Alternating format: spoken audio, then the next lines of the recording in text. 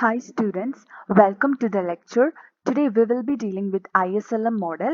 So without much delay, let's move on to the topic ISLM model. What is the ISLM model in economics? The ISLM model is a way to explain and distill economic ideas put forth by J.M. Keynes in 1930s. 1930s J M Keynes കൊണ്ടുവന്നിട്ടുള്ള economic ഐഡിയാസിനെ explain ചെയ്യുന്നതിന് വേണ്ടിയിട്ട് കൊണ്ടുവന്നിരിക്കുന്ന ഒരു മോഡലാണ് എന്തെന്ന് പറയുന്നത് ISLM model എന്ന് പറഞ്ഞിരിക്കുന്നത്. Okay, and this model was developed by the economist John Higgs in 1937.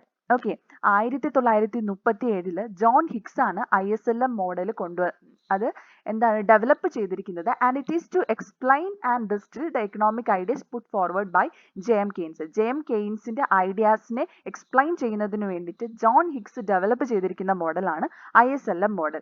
John Higgs ഇത് ഡെവലപ്പ് ചെയ്തിരിക്കുന്നത് 1937 okay. After Keynes published his magnum opus, The General Theory of Employment, Interest and Money. It's a very important book in economics. Okay, so General Theory of Employment, Interest and Money Keynes publish ചെയ്തത് 1936 അതിനുശേഷം 1937 കെയ്ൻസിന്റെ ഐഡിയാസിനെയൊക്കെ explain ചെയ്യുന്നതിന് വേണ്ടിയിട്ട് John Hicks ISLM model കൊണ്ടുവന്നത്. Okay, then the ISLM model, which stands for Investment Savings (IS) and Liquidity Preference Money Supply (LM), is a Keynesian macroeconomic model that shows how the market for economic goods interacts with loanable funds market or money market. So ഇത് clear ആയിട്ട് കേൾക്കണം. ISLM model എന്ന് പറഞ്ഞിരിക്കുന്നതിൽ IS ഉണ്ട് LM ഉണ്ട്. ഇത് രണ്ടും separate ആണ്. Okay, then ഈ IS കൊണ്ട് ഉദ്ദേശിക്കുന്നത് ഇൻവെസ്റ്റ്മെന്റ് സേവിങ്സ് ആണ്. ഓക്കെ, ആൻഡ് LM കൊണ്ട് ഉദ്ദേശിക്കുന്നത് ലിക്വിഡിറ്റി പ്രിഫറൻസ്, അതായത് മണി സപ്ലൈ ആണ് ഉദ്ദേശിക്കുന്നത്. ഓക്കെ, ആൻഡ് ഇത് രണ്ടും എന്താണ് കെയ്നീഷ്യൻ മാക്രോ എക്കണോമിക് മോഡൽ ആണ്. എന്താണ് അത് കാണിക്കുന്നത്? How goods market interacts with money market. Goods market എങ്ങനെയാണ് മണി മാർക്കറ്റുമായിട്ട് ഇന്ററാക്ട് ചെയ്യുന്നത് എന്നുള്ള ഒരു കാര്യമാണ് എന്ത് കാണിക്കുന്നത്?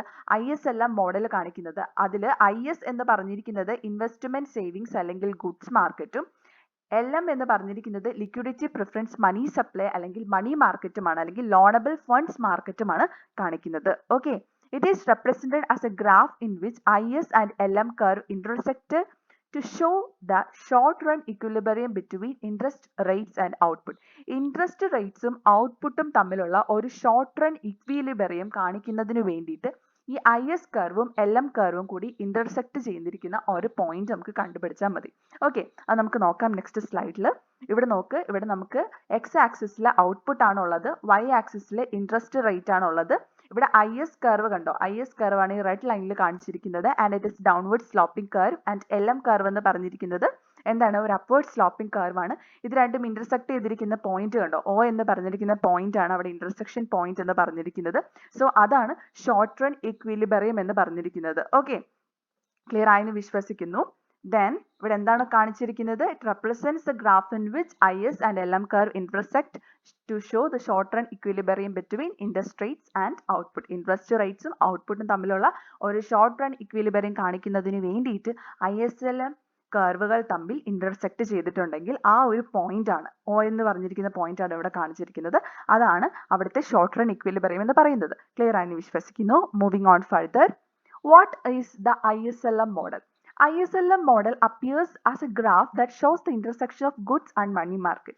So goods markeറ്റും money markeറ്റും തമ്മിൽ intersect ചെയ്തിരിക്കുന്ന point ആണ്, അല്ലെങ്കിൽ ഒരു graphical representation of this intersection ആണ് ISLM model എന്ന് പറഞ്ഞിരിക്കുന്നത്. ഇതിൽ നമ്മൾ ഓൾറെഡി കുറച്ച് മുൻപ് പറഞ്ഞു, IS എന്ന് പറഞ്ഞിരിക്കുന്നത് എന്താണ്? ഇൻവെസ്റ്റ്മെന്റും സേവിങ്സും ആണ്.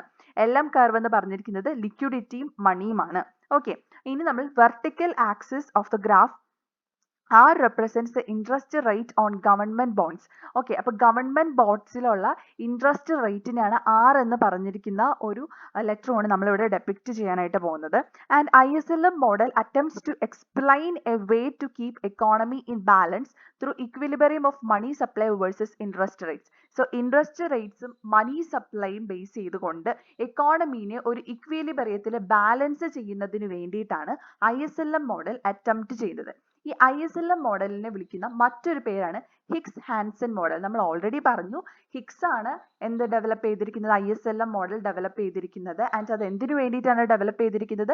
JM കെയ്ൻസിന്റെ ഇക്കണോമിക് ഐഡിയാസിനെ എക്സ്പ്ലെയിൻ ചെയ്യുന്നതിനും ഡിസ്റ്റിൽ ചെയ്യുന്നതിനും വേണ്ടിയിട്ടാണ് അത് ഡെവലപ്പ് ചെയ്തിരിക്കുന്നത്. സോ ഈ ISLM മോഡലിനെ വിളിക്കുന്ന മറ്റൊരു പേരാണ് Hicks Hansen model. Okay, clear ആയി എന്ന് വിശ്വസിക്കുന്നു.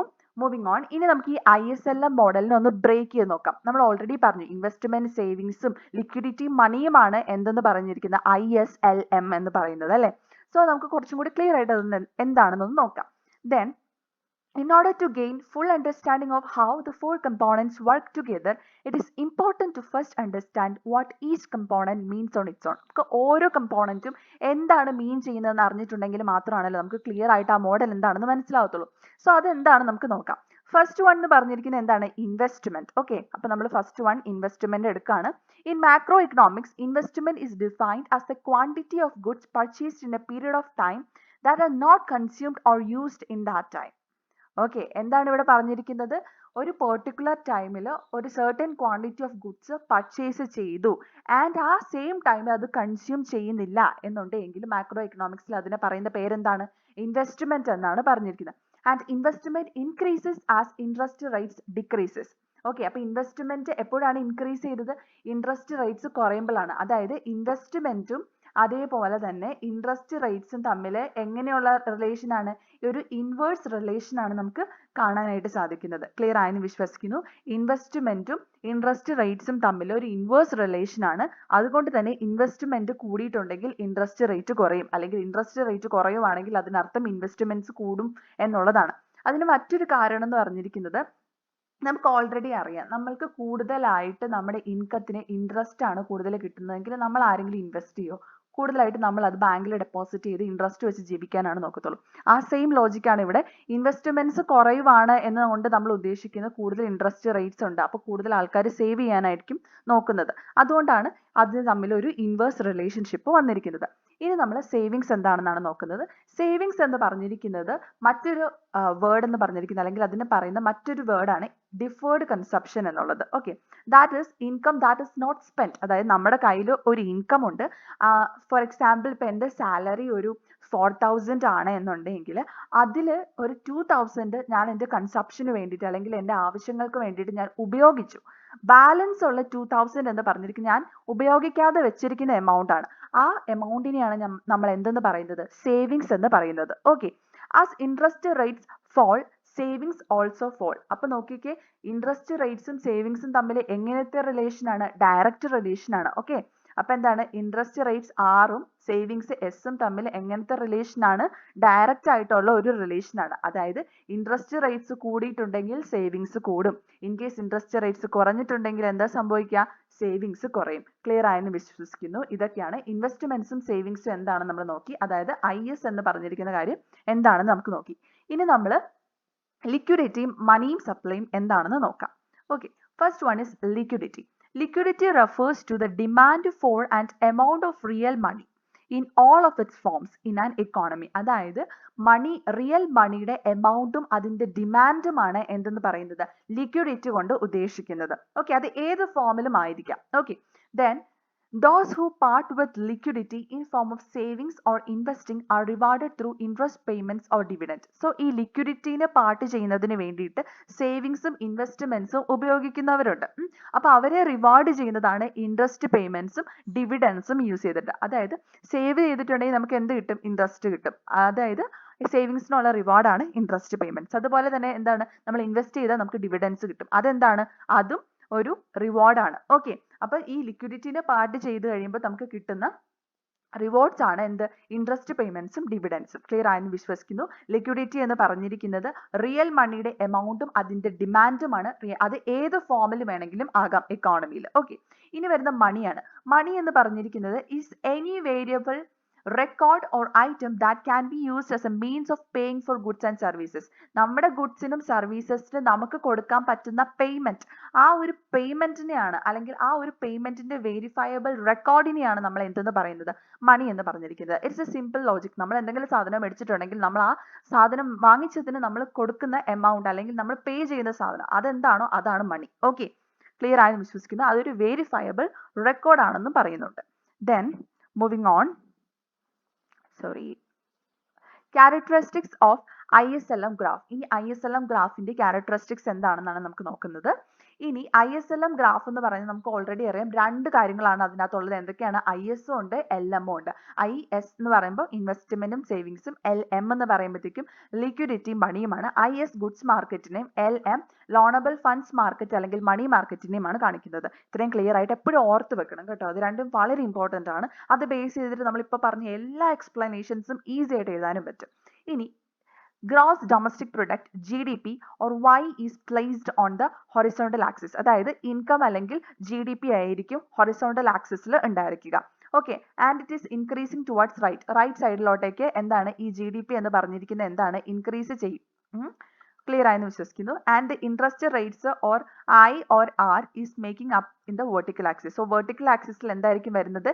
ഇൻട്രസ്റ്റ് റേറ്റ്സ് അല്ലെങ്കിൽ എന്താണ് ഇൻട്രസ്റ്റ് റേറ്റ്സ് I അല്ലെങ്കിൽ R ആയിരിക്കും എന്തെന്ന് പറഞ്ഞിരിക്കുന്നത് ഇൻട്രസ്റ്റ് റേറ്റ്. അത് എവിടെയായിരിക്കും കാണുന്നത്? Y ആക്സിസിലായിരിക്കും കാണുന്നത്. Okay, then IS curve depicts the set of levels of interest rates and output at which total investments equals total savings. So IS curve depicts ചെയ്തിരിക്കുന്നത് interest റേറ്റ്സും ഔട്ട്പുട്ടും തമ്മിലുള്ള ഡിഫറെന്റ് ലെവൽസ് ആണ്. അവിടെ എന്താണ് നമ്മൾ കാണുന്നത്? Total investment equals total savings. Okay, then at lower interest rate investments എങ്ങനെയായിരിക്കും? Higher ആയിരിക്കും അല്ലെ? അപ്പൊ എന്താണ് IS curve എന്ന് പറഞ്ഞിരിക്കുന്നത്? നമ്മുടെ അടുത്ത് കാണിക്കുന്നത് എന്താണ്? Set of all interest rates and output ആണ് at which total investment will be equal to total savings. ഇനി ഇൻട്രസ്റ്റ് റേറ്റ്സ് കുറവാണെങ്കിൽ നമ്മുടെ ഇൻവെസ്റ്റ്മെന്റിന്റെ കേസ് എങ്ങനെയായിരിക്കും? വളരെ കൂടുതലായിരിക്കും അല്ലെ? Which translates into more total output. അപ്പൊ എന്താ സംഭവിക്കുക? കൂടുതലായിട്ട് ടോട്ടൽ ഔട്ട്പുട്ട് ഇൻക്രീസ് ചെയ്യുവാണ് ചെയ്യുന്നത്. സോ അതുകൊണ്ട് തന്നെ IS കർവ് എങ്ങനെയായിരിക്കും? ഡൗൺവേർഡ് സ്ലോപ്പിംഗ് കർവ് ആയിരിക്കും. ക്ലിയർ ആയെന്ന് വിശ്വസിക്കുന്നു. ഒന്നും കൂടി പറയാം, IS കർവ് ഈ ഇൻട്രസ്റ്റ് റേറ്റ്സും അതുപോലെ തന്നെ ഔട്ട്പുട്ടും തമ്മിലുള്ള ഡിഫറെന്റ് ലെവൽസ് ആയിരിക്കും കാണിക്കുന്നത്. അതായത് investments equal to total savings എന്നുള്ള ഒരു കാര്യം കൂടി അവിടെ വരുന്നുണ്ട്.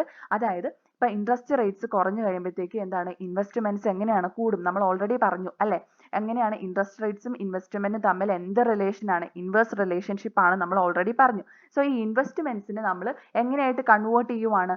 ഔട്ട്പുട്ട് അല്ലെങ്കിൽ GDP ആയിട്ട് കൺവേർട്ട് ചെയ്യുവാണ് എന്നുണ്ടെങ്കിൽ IS കർവിന്റെ എങ്ങനെയായിരിക്കും അതിന്റെ സ്ലോപ്പ്? ഡൗൺവേർഡ് സ്ലോപ്പിംഗ് ആയിരിക്കും. അത്രേ ഉള്ളൂ. ക്ലിയർ ആയെന്ന് വിശ്വസിക്കുന്നു. ദെൻ മൂവിങ് ഓൺ,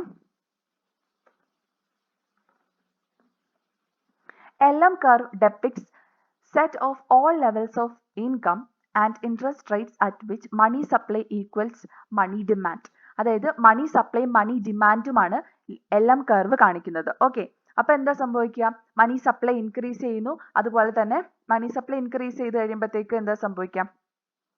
അത് വെച്ചാൽ the LM curve slopes upwards because higher levels of income induced increased demand to hold money balance for transactions. അതായത് LM കർവ് എന്താണ് കാണിക്കുന്നത്? ഒരു അപ്വേർഡ് സ്ലോപ്പിംഗ് കർവ് ആണ്. അതിന് കാരണം എന്ന് പറഞ്ഞിരിക്കുന്നത് കൂടുതൽ ലെവൽ ഓഫ് ഇൻകം വന്നു കഴിയുമ്പോഴത്തേക്കും കൂടുതൽ ഡിമാൻഡ് ഉണ്ടായിരിക്കും മണി ഹോൾഡ് ചെയ്യാനായിട്ട്. ഓക്കെ, കൂടുതൽ ഇൻകം വന്നു കഴിയുമ്പോഴത്തേക്കും that induces more money to be kept with ourselves in order to balance transactions which require high interest rates. അപ്പൊ എന്താണ് അങ്ങനെ വന്നു കഴിയുമ്പോഴത്തേക്കും കൂടുതൽ ഇൻട്രസ്റ്റ് റേറ്റ്സ് വേണ്ടി വരും and to keep money supply and liquidity demand in equilibrium. Okay, അപ്പൊ നമ്മൾ ഓൾറെഡി പറഞ്ഞു എന്താ ഇവിടെ സംഭവിക്കുന്നത്? കൂടുതൽ ലെവൽ ഓഫ് ഇൻകം ഒരാളുടെ കയ്യിൽ വന്നിട്ടുണ്ടെങ്കിൽ അവിടെ കൂടുതലും സേവിങ്സ് ഉണ്ടാകും. അങ്ങനെ സേവിങ്സ് വരണം എന്നുണ്ടെങ്കിൽ എന്ത് വേണം? കൂടുതൽ ഇൻട്രസ്റ്റ് റേറ്റ്സ് വേണം. നമ്മൾ നേരത്തെ നോക്കിയിട്ടുണ്ടായിരുന്നു സേവിങ്സും ഇൻട്രസ്റ്റ് റേറ്റ്സും തമ്മിൽ എന്ത് ടൈപ്പ് റിലേഷൻഷിപ്പ് ആണ്? ഡയറക്റ്റ് റിലേഷൻഷിപ്പ് ആണ് വരുന്നത് നമ്മൾ നോക്കിയിട്ടുണ്ടായിരുന്നു. അങ്ങനെ വന്നു കഴിയുമ്പോഴത്തേക്കും LM കർവ് എങ്ങനെയാണ്? അപ്വേർഡ് സ്ലോപ്പിംഗ് കർവ് ആണ്. ഓക്കെ, അപ്പൊ അങ്ങനെയാണ് മണി സപ്ലൈയും മണി ഡിമാൻഡും എങ്ങനെയാകും? ഇക്വിലിബ്രിയത്തിലാകും. Okay, the intersection of IS and LM curve shows the equilibrium point of interest rates and output when the money market and the real economy are in balance. അതായത് goods മാർക്കറ്റും മണി മാർക്കറ്റും ഇക്വിലിബ്രിയത്തിലാകുന്ന point അല്ലെങ്കിൽ ആ time എപ്പോഴാണ്? IS കർവും LM കർവും തമ്മിൽ intersect ചെയ്തിരിക്കുന്ന ആ ഒരു പോയിന്റിലാണ്. നമ്മൾ ഓൾറെഡി പറഞ്ഞിട്ടുണ്ടായിരുന്നു. ഓക്കെ, നമ്മൾ ഓൾറെഡി പറഞ്ഞിട്ടുണ്ടായിരുന്ന ഒരു കാര്യം എന്താണ്? IS കർവ് എന്ന് പറഞ്ഞിരിക്കുന്നത് ഡൗൺവേർഡ് സ്ലോപ്പിംഗ് കർവ് ആണ്. IS കർവ് എന്ന് പറഞ്ഞിരിക്കുന്നത് ഡൗൺവേർഡ് സ്ലോപ്പിംഗ് കർവ് ആണ്. LM കർവ് എന്ന് പറഞ്ഞിരിക്കുന്നത് അപ്വേർഡ് സ്ലോപ്പിംഗ് കർവ് ആണ്. ഇത് രണ്ടും ഇന്റർസെക്ട് ചെയ്തിരിക്കുന്ന പോയിന്റ് എന്ന് പറഞ്ഞിരിക്കുന്നത് O ആണ്. ഓക്കെ, അത് നമ്മൾ പറഞ്ഞിട്ടുണ്ടായിരുന്നു. ഇവിടെ നമ്മൾ ഇൻട്രസ്റ്റ് റേറ്റ്സ് ആയിരിക്കും കാണിക്കുന്നതെന്ന് പറഞ്ഞു. ഇവിടെ നമ്മൾ ഔട്ട്പുട്ട് അല്ലെങ്കിൽ GDP ആയിരിക്കും കാണിക്കുന്നതെന്ന് പറഞ്ഞു. ഇത് രണ്ടും കൂടി ഇന്റർസെക്ട് ചെയ്തിരിക്കുന്ന പോയിന്റിലായിരിക്കും നമ്മുടെ ഇക്കോണമി ഇക്വിലിബ്രിയത്തിലാകുന്നത് അല്ലെങ്കിൽ ബാലൻസിലാവുന്നത് എന്നുള്ളതാണ് പറയുന്നത്. Multiple scenarios or points in time may be represented by adding additional IS curves and LM curve. ഇനി നമുക്ക് മൾട്ടിപ്പിൾ ടൈം കാണിക്കാനായിട്ട് സാധിക്കും. ഇങ്ങനെയാണ് കൂടുതൽ IS കർവും LM കർവും വന്നിട്ടുണ്ടെങ്കിൽ ഈ ടൈം പീരീഡ്സ് എങ്ങനെയാണ് മാറും. ഓക്കെ, ഇത് കണ്ടോ, നമ്മൾ ഇങ്ങോട്ടേക്ക് വരച്ചിട്ടുണ്ടെങ്കിൽ പുതിയ ഔട്ട്പുട്ടും ഇൻട്രസ്റ്റ് റേറ്റ്സും അവിടെ. അതേപോലെ തന്നെ നമ്മൾ കൂടുതലായിട്ട് IS കർവും LM കർവും കൂടി വരയ്ക്കുമ്പോൾ നമുക്ക് കൂടുതൽ ഷോർട്ട് റൺ ഇക്വിലിബ്രിയംസ് ആയിരിക്കും കിട്ടുന്നത്. ഓക്കെ, അത് ടൈം മാറുന്നതനുസരിച്ചാണ് നമ്മൾ ആ ഒരു ചേഞ്ച് കാണിക്കുന്നത്. Then in some versions of the graph, curves display limited convexity and concavity. Shifts in the positions and shape of IS and LM curve represents changing preference of liquidity, investment and consumption. Okay, alter the equilibrium levels of income and interest rates. അതായത് നമുക്ക് IS കർവിന്റെയും LM കർവിന്റെയും പൊസിഷന്റെ shape മാറുമ്പോൾ അതിന് കാരണം എന്താണ്? അവരുടെ liquidity പ്രിഫറൻസും ഇൻവെസ്റ്റ്മെന്റും കൺസപ്ഷനകത്തുണ്ടാകുന്ന changes ആണ് അവരുടെ ഷേപ്പും പൊസിഷനും മാറാനായിട്ടുള്ള കാരണം. അങ്ങനെ അവരുടെ ഷേപ്പും പൊസിഷനും മാറ്റി കഴിഞ്ഞിട്ടുണ്ടെങ്കിൽ ഇക്വിലിബ്രിയം ലെവൽ ഓഫ് ഇൻകവും ഇൻട്രസ്റ്റ് റേറ്റ്സും എന്ത് ചെയ്യും? മാറും. ഓക്കെ, ക്ലിയർ ആയെന്ന് വിശ്വസിക്കുന്നു. Then moving on. Pros and cons of ISLM model. ISLM മോഡലിന്റെ പ്രോസും കോൺസും ആണ് ഇനി നമ്മൾ നോക്കാൻ പോകുന്നത്. ISLM മോഡൽ എന്ന് പറഞ്ഞിരിക്കുന്നത് ഒരു കോൺട്രോവേഴ്ഷ്യൽ ഇക്കണോമിക് ടൂൾ ആണ്.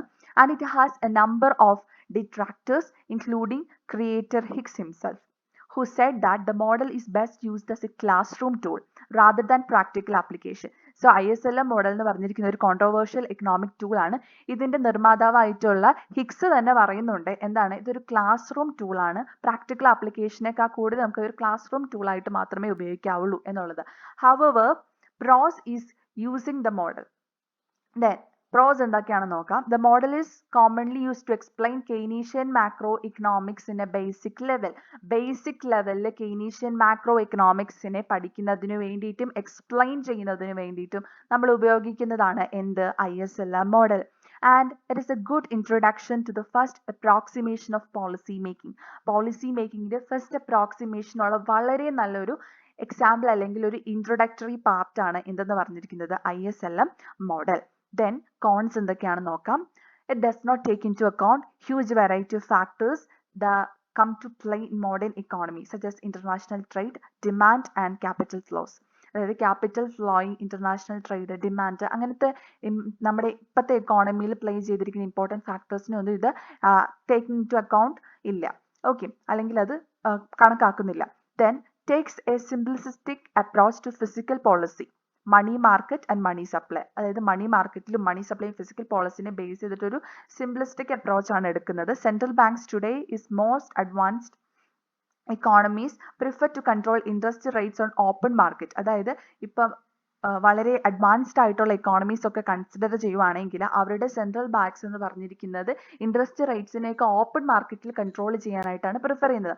For example sales of securities, bonds, ഇങ്ങനെയൊക്കെ ആയിരിക്കും അവർ എന്തിനെ കൺട്രോൾ ചെയ്തിരിക്കുന്നത്? ഇക്കോണമിനെ കൺട്രോൾ ചെയ്യാനായിട്ട് ഉപയോഗിക്കുന്നത്. ഈ ഒരു മോഡൽ ഈ ഒരു കാര്യത്തിനെ എന്താണ് യൂസ് ചെയ്യാനായിട്ട് പറ്റുന്ന ഒരു മോഡൽ അല്ല. Okay, it cannot take into account for that. It should not be used as a tool in determining monetary policy. Then it does not reveal anything about inflation or international trade. Okay, അപ്പോൾ ഇൻഫ്ലേഷനെ കുറിച്ചോ international ട്രേഡിനെ കുറിച്ചോ എന്ത് പറയുന്നില്ല? ഈ ഒരു ISLM model പറയുന്നില്ല. And does not provide insight or recommendations towards formulating tax rates and government spending. Okay, it does not give an important idea about the tax rates and government spending. Government സ്പെൻഡിങ്ങിനെ കുറിച്ചോ tax റേറ്റ്സിനെ കുറിച്ചോ കൂടുതൽ idea നൽകുന്നില്ല. ISLM model is a great way to explain Keynes ideas about monetary systems, markets and government actors and work together to drive economic growth. However, as a practical model to advise on a fiscal spending policy, it falls short. അതായത് നമ്മൾ already പറഞ്ഞു ഇത് കെയ്ൻസിന്റെ economic ഐഡിയാസിനെ explain ചെയ്യുന്നതിന് വേണ്ടിയിട്ടാണ് use ചെയ്തിരിക്കുന്നത്. So അതുകൊണ്ട് തന്നെ അത് ആ ഒരു എക്സ്റ്റെൻഡിൽ വളരെ ഇമ്പോർട്ടൻ്റ് ആയിട്ടുള്ള ഒരു മോഡലാണ് എന്ത്? ISLM model. മോണിറ്ററി സിസ്റ്റത്തിനെ കുറിച്ച്, നമ്മുടെ മാർക്കറ്റ്സിനെ കുറിച്ചും ഗവൺമെന്റ് ആക്ടേഴ്സിനെ കുറിച്ചും ഒക്കെ ഇത് നന്നായി നമുക്ക് മനസ്സിലാക്കി തരുന്നുണ്ട്. ഇവരൊക്കെ എക്കണോമിക് ഗ്രോത്തിന് കോൺട്രിബ്യൂട്ട് ചെയ്യുന്നത് എങ്ങനെയാണെന്നും ഈ ISLM മോഡൽ നമുക്ക് പറഞ്ഞു തരുന്നുണ്ട്. പക്ഷേ ഒരു ഫിസിക്കൽ അല്ലെങ്കിൽ സ്പെൻഡിങ് പോളിസിനെ കുറിച്ച് പഠിക്കുമ്പോൾ എന്താണ് ഒരു പ്രാക്ടിക്കൽ മോഡലായിട്ട് നമുക്കിതിനെ കംപ്ലീറ്റ്ലി ട്രസ്റ്റ് ചെയ്യാനായിട്ട് സാധിക്കില്ല. അതാണ് ഇതിന്റെ ഒരു പ്രോബ്ലം ആയിട്ട് നിൽക്കുന്നത്. Moving on. ഇത് നമ്മുടെ IS കർവാണ്. IS കർവിൻ്റെ അകത്ത് ഞാൻ സെപ്പറേറ്റ് ചെയ്ത് കൊടുത്തിട്ടുള്ളതാണ്. ഇവിടെ ഇൻവെസ്റ്റ്മെൻ്റ് ആണ് എക്സ് ആക്സിസിൽ കൊടുത്തിരിക്കുന്നത്, ഇൻട്രസ്റ്റ് റേറ്റ് ആണ് വൈ ആക്സിസിൽ കൊടുത്തിരിക്കുന്നത്. നമ്മൾ ഓൾറെഡി പറഞ്ഞു ഇൻവെസ്റ്റ്മെൻറ്റും ഇൻട്രസ്റ്റ് റേറ്റ്സും തമ്മിൽ എങ്ങനത്തെ റിലേഷൻ ആണ് ഉള്ളത്. ഇൻവെസ്റ്റ്മെൻറ്റും ഇൻട്രസ്റ്റ് റേറ്റ്സും തമ്മിൽ ഒരു ഇൻവേഴ്സ് റിലേഷൻഷിപ്പ് ആണ് ഉള്ളത് എന്ന് പറഞ്ഞു. സോ ഇവിടെ നമുക്ക് നോക്കിയാൽ കാണാനായിട്ട് സാധിക്കും.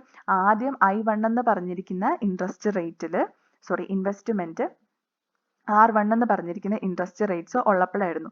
അതിനുശേഷം R0 ആയി ഇൻട്രസ്റ്റ് റേറ്റ്സ്. ഓക്കെ, അതായത് ഇൻട്രസ്റ്റ് റേറ്റ് കുറഞ്ഞു. അപ്പോൾ എന്താ സംഭവിക്കുക? ഇൻവെസ്റ്റ്മെന്റ്സ് എന്തായി? കൂടി. കണ്ടോ, I1 നിന്ന് I0 ആയിട്ട് മാറി. അതുപോലെ തന്നെ ഇവിടെ നോക്കിക്കേ, R1 നിന്ന് ഇൻട്രസ്റ്റ് റേറ്റ് R2 ആയിട്ട് ഇൻക്രീസ് ചെയ്തു. അപ്പോൾ എന്താ സംഭവിക്കുക? ഈ I1 ഉണ്ടായിരുന്ന ഇൻവെസ്റ്റ്മെന്റ് I2 ആയിട്ട് ഡിക്രീസ് ചെയ്തു. അപ്പോൾ എന്താണ് അതിൽ നിന്ന് നമുക്ക് മനസ്സിലാക്കാനായിട്ട് സാധിക്കുക? ഇൻവെസ്റ്റ്മെന്റും ഇൻട്രസ്റ്റ് റേറ്റ്സും തമ്മിൽ എന്താണ്? ഒരു ഇൻവേഴ്സ് റിലേഷൻഷിപ്പ് ആണ്. ഇനി ഇവിടെ നമുക്ക് നോക്കാം, നമ്മുടെ സെക്കൻഡ് ഗ്രാഫിൽ നമുക്ക് എക്സ് ആക്സിസിൽ ഇൻകം ആണുള്ളത്, വൈ ആക്സിസിൽ സേവിങ്സ് ആണുള്ളത്. ഓക്കെ, നമ്മൾ ഓൾറെഡി പറഞ്ഞു ഇൻകം കൂടുന്നതനുസരിച്ച് സേവിങ്സ് എങ്ങനെയായിരിക്കും? ഇൻക്രീസ് ചെയ്യും. സോ ഇൻകവും സേവിങ്സും തമ്മിൽ എങ്ങനത്തെ റിലേഷനാണ്? ഒരു ഡയറക്റ്റ് റിലേഷൻഷിപ്പ് ആണ് കാണാനായിട്ട് സാധിക്കുന്നത്. ഫോർ എക്സാമ്പിൾ, ഇപ്പോൾ ഇവിടെ നോക്ക്, Y1 ഇൻകം ഉണ്ടായിരുന്നപ്പോൾ സേവിങ്സ് എന്ന് പറഞ്ഞിരിക്കുന്നത് S1 ആയിരുന്നു. അതിനുശേഷം എന്താണ്? ഇൻകം Y1 നിന്ന് Y2 ഇൻക്രീസ് ചെയ്ത് കഴിഞ്ഞപ്പം സേവിങ്സ് S1 നിന്ന് S0 ഇൻക്രീസ് ചെയ്തു. അതുപോലെ തന്നെ നമ്മുടെ ഇൻകം Yയിൽ നിന്ന് Y0 ഡിക്രീസ് ചെയ്ത് കഴിഞ്ഞപ്പോഴത്തേക്കും സേവിങ്സ് S1 നിന്ന് S2 ഡിക്രീസ് ചെയ്തു. ദാറ്റ് ഇംപ്ലൈസ് ഇൻകവും സേവിങ്സും തമ്മിൽ എങ്ങനത്തെ റിലേഷൻ ആണ്? ഒരു ഡയറക്റ്റ് റിലേഷൻഷിപ്പ് ആണ്. ഇനി ഇത് രണ്ടും ബേസ് ചെയ്തുകൊണ്ട് നമ്മൾ IS കർവ് ഡിറൈവ് ചെയ്യുവാണ്, ഇൻട്രസ്റ്റ് റേറ്റ്സും ഇൻകവും ബേസ് ചെയ്തിട്ട്. ഓക്കെ, അപ്പോൾ നമുക്കിവിടെ കാണാനായിട്ട് സാധിക്കുന്ന എന്താണ്? ഇൻകം ഇൻക്രീസ് ചെയ്യുന്നതനുസരിച്ച് എന്താ സംഭവിക്കുക? ഇവിടെ ഇൻട്രസ്റ്റ് റേറ്റ്സ് കുറയുന്നതായിട്ടാണ് കാണാനായിട്ട് സാധിക്കുന്നത്. അതായത് ഇവിടെ ആദ്യം Y1 ആയിരുന്നു നമ്മൾ കൺസിഡർ ചെയ്യുന്നത്. ഓക്കെ, അപ്പോൾ അവിടുത്തെ ഇൻട്രസ്റ്റ് റേറ്റ്സ് എന്ന് പറഞ്ഞിരിക്കുന്നത് R1 ആയിരുന്നു. അതിനുശേഷം എന്താ സംഭവിക്കാം? Y0 ഇൻകം ഇൻക്രീസ് ചെയ്തു. പക്ഷെ എന്താ സംഭവിക്കാം? ഇവിടെ R0 ഇൻട്രസ്റ്റ് റേറ്റ്സ് ഡിക്രീസ് ചെയ്യുന്നതായിട്ടാണ് കാണാൻ സാധിക്കുന്നത്. അതായത് നമ്മൾ ഈ ഇൻവെസ്റ്റ്മെന്റ് ഫംഗ്ഷനും സേവിങ്സ് ഫംഗ്ഷനും യൂസ് ചെയ്തിട്ടാണ് IS കർവ് ഡിറൈവ് ചെയ്തിരിക്കുന്നത്. IS കർവിന് ഒരു ഡൗൺവേർഡ് സ്ലോപ്പിംഗ് കർവ് ആണ് എന്നുള്ള ഒരു ഐഡിയ കിട്ടാൻ വേണ്ടിയിട്ടാണ് ഞാൻ ഈ ഒരു ഗ്രാഫ് നൽകിയിരിക്കുന്നത്. മൂവിങ് ഓൺ, ഇനി നമുക്ക് LM കർവും കൂടി എന്താണെന്ന് നോക്കാം. LM കർവ് എന്ന് പറഞ്ഞിരിക്കുന്നത് it can be derived from Keynesian theory from the analysis of money market equilibrium. According to കെയ്ൻസിനെ സംബന്ധിച്ചിടത്തോളം demand for money holds depends അപ്പോൾ നമുക്ക് ഓൾറെഡി അറിയാം കെയ്ൻസ് പറയുന്ന 3 മോട്ടീവ്സ് എന്താണ്? Transaction motive, speculation and precautionary motive. അങ്ങനെ 3 മോട്ടീവ്സിനെ കുറിച്ചാണ് കെയ്ൻസ് പറയുന്നത് അല്ലേ. അപ്പോൾ അതിൽ ഏറ്റവും കൂടുതൽ വരുന്നത് ഒരു ഫംഗ്ഷൻ ഓഫ് ടൈം എന്നുകൊണ്ട് ഉദ്ദേശിച്ച് വരുന്ന മണി ഡിമാൻഡ് അല്ലെങ്കിൽ കൂടുതലായിട്ട് മോട്ടീവ്സ് ഓഫ് മണി വരുന്നത് എന്തിന്റെ കേസിലാണ്? ട്രാൻസാക്ഷൻ മോട്ടീവ് ആണ്. Okay, the greater the level of income the greater amount of money held for transaction motive and higher level of money demand curve. Okay, അപ്പോൾ ഇവിടെ എന്താ സംഭവിക്കുക? എത്രത്തോളം നമുക്ക് ഇൻകം ട്രാൻസാക്ഷൻ മോട്ടീവ്സിനുള്ള മാറ്റി വെക്കുന്ന മണിയും കൂടുതലാണ്. അങ്ങനെ വരുമ്പോൾ മണി ഡിമാൻഡ് കർവ് ഒരു ഹൈ ലെവലിലോട്ടേക്കായിരിക്കും പോകുന്നത്. ഇവിടെ നമുക്കറിയാം മണി സപ്ലൈ നമ്മൾ കോൺസ്റ്റന്റ് ആക്കി വെച്ചിരിക്കുകയാണ്. റേറ്റ് ഓഫ് ഇൻട്രസ്റ്റും മണിയുമാണ് കാണിച്ചിരിക്കുന്നത്. ഇവിടെ നമുക്ക് I1 എന്ന് പറഞ്ഞിരിക്കുന്ന ഇൻട്രസ്റ്റ് റേറ്റിൽ എന്താണ് സംഭവിക്കുക? നമ്മുടെ ഈ MD ഇവിടെയായിരുന്നു മണി ഡിമാൻഡ് എന്നുണ്ടെങ്കിൽ ഇൻട്രസ്റ്റ് റേറ്റ്സ് I2 മാറിക്കഴിഞ്ഞപ്പോഴത്തേക്കും ഡിമാൻഡ് കർവ് എങ്ങോട്ടേക്ക് ഷിഫ്റ്റ് ചെയ്തു? Y2 ഷിഫ്റ്റ് ചെയ്തു. ഓക്കെ, അപ്പോൾ അതെന്താണ് ഇംപ്ലൈ ചെയ്തിരിക്കുന്നത്? റേറ്റ് ഓഫ് ഇൻട്രസ്റ്റും നാഷണൽ ഇൻകവും തമ്മിൽ ഒരു പോസിറ്റീവ് റിലേഷൻ ആണ്. അതുകൊണ്ട് തന്നെ എന്താണ് സംഭവിക്കുക? LM കർവ് എന്ന് പറഞ്ഞിരിക്കുന്നത് എന്താണ്? ഒരു അപ്വേർഡ് സ്ലോപ്പിംഗ് കർവ് ആണ്. ക്ലിയർ ആയെന്ന് വിശ്വസിക്കുന്നു. സോ നമ്മൾ LM കർവ് എന്താണെന്ന് നോക്കി, IS കർവ് എന്താണെന്ന് നോക്കി, രണ്ടും സെപ്പറേറ്റ് ചെയ്ത് പഠിച്ചു. ഓരോരോ കാര്യങ്ങൾ എന്തൊക്കെയാണെന്ന് മനസ്സിലാക്കിയിട്ടുണ്ടായിരുന്നു. കൊണ്ടുവന്ന ആളാരാണെന്ന് പഠിച്ചു. അങ്ങനെ നമ്മൾ ഡീറ്റെയിൽ ആയിട്ട് ഇതിന്റെ പ്രോസും കോൺസും ഒക്കെ നോക്കിയിട്ടുണ്ടായിരുന്നു. സോ നിങ്ങൾക്ക് എന്തെങ്കിലും ഡൗട്ട്സോ ക്ലാരിഫിക്കേഷൻസോ വേണമെന്നുണ്ടെങ്കിൽ കമന്റ് സെക്ഷനിൽ കമന്റ് ചെയ്യുക. അതുപോലെ തന്നെ നിങ്ങൾക്ക് ലെക്ചർ യൂസ്ഫുൾ ആണ് എന്നുണ്ടെങ്കിൽ please support the channel. Thank you so much. Enjoy learning and God bless you all.